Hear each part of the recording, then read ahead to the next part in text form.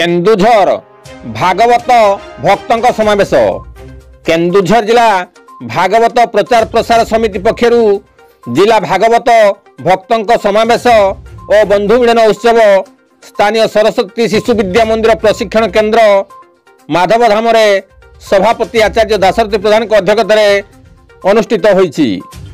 यही उत्सव केन्दुझर जिला भागवत प्रचार प्रसार समितिर समस्त भक्त तथा जिलार समस्त ब्लॉक और पौरांचल भागवत प्रचार प्रसार समिति सभापति संपादक एवं विभिन्न भागवत टुंगीर सभापति मान योगदान करथिले। प्रथमे सभापति उपस्थित भक्त मानकर परिचय प्रदान करथिले।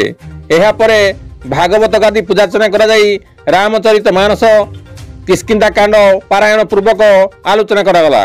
आलोचना कार्यक्रम को संपादक प्राध्यापक जगन्नाथ जेना परिचालन करथिले। शेष में पवित्र मोहन पंडा धन्यवाद देथिले।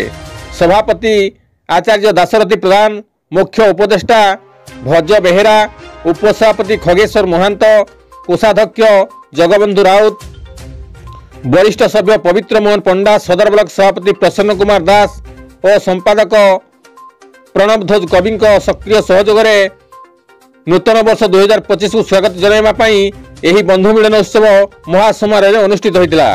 कविंद्र राउत का रिपोर्ट, केडी न्यूज।